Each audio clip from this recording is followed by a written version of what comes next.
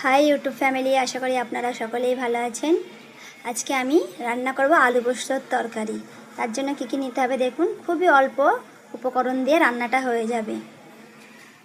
দুটো নিয়েছি বড় বড় আলু, এরকম সাইজে কেটে নিতে হবে।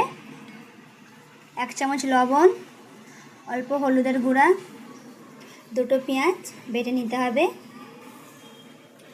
অল্প কালো জিরে আর অল্প সাদা তিলটা দিলেও হবে, না দিলেও হবে। আর দেখুন, দুটো কাঁচা লঙ্কা, একটা শুকনো লঙ্কা, আর এই পোস্তটা আমি একটা কাঁচা লঙ্কা দিয়ে বেটে নিয়েছিলাম। রান্নার জন্য তেল তো লাগবেই, আমি তার জন্য এখানে সর্ষের তেলই ব্যবহার করেছি। 2 চামচ সর্ষের তেল দিয়েছি। এটা গরম হয়ে গেছে তেলটা, এবার আলুগুলো এই তেলে ভেজে নেব। আলুটা ভাজা হয়ে গেছে, এবার এটা এক সাইডে তুলে রেখে দেবো। এই তেলেই দিয়ে দেবো শুকনো লঙ্কা,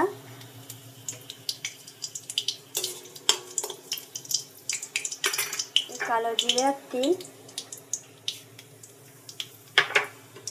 একটু হালকা সেন্ট বেরোবে তখন পেঁয়াজ বাটাটা দিয়ে দেবো।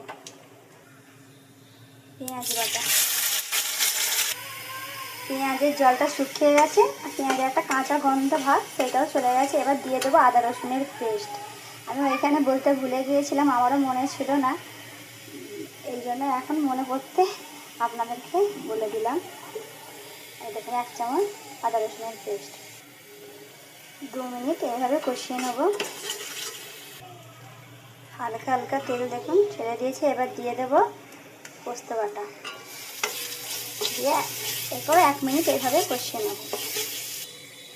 লবণ, হলুদের গুঁড়া, অল্প জল দিয়ে আরও ভালো করে একটু কষিয়ে নেব।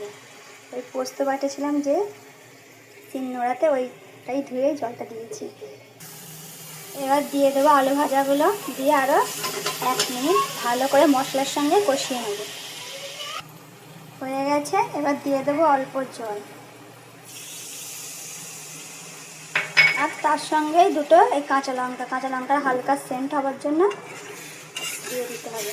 3 মিনিট এইভাবে গ্যাসেরটা আস্তে করে দেবো, দিয়ে 3 মিনিট এইভাবে ঢাকনা চাপা দিয়ে বন্ধ করে সিদ্ধ করে নেবো আলুগুলো।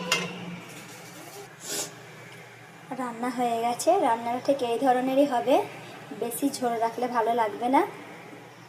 হ্যাঁ, আমি এখানে ঝালটা কমই রেখেছি, বাড়িতে বাচ্চারা খাবে বলে। আপনারা ঝাল লবণটা আপনাদের হিসাবে দেবেন। আপনারা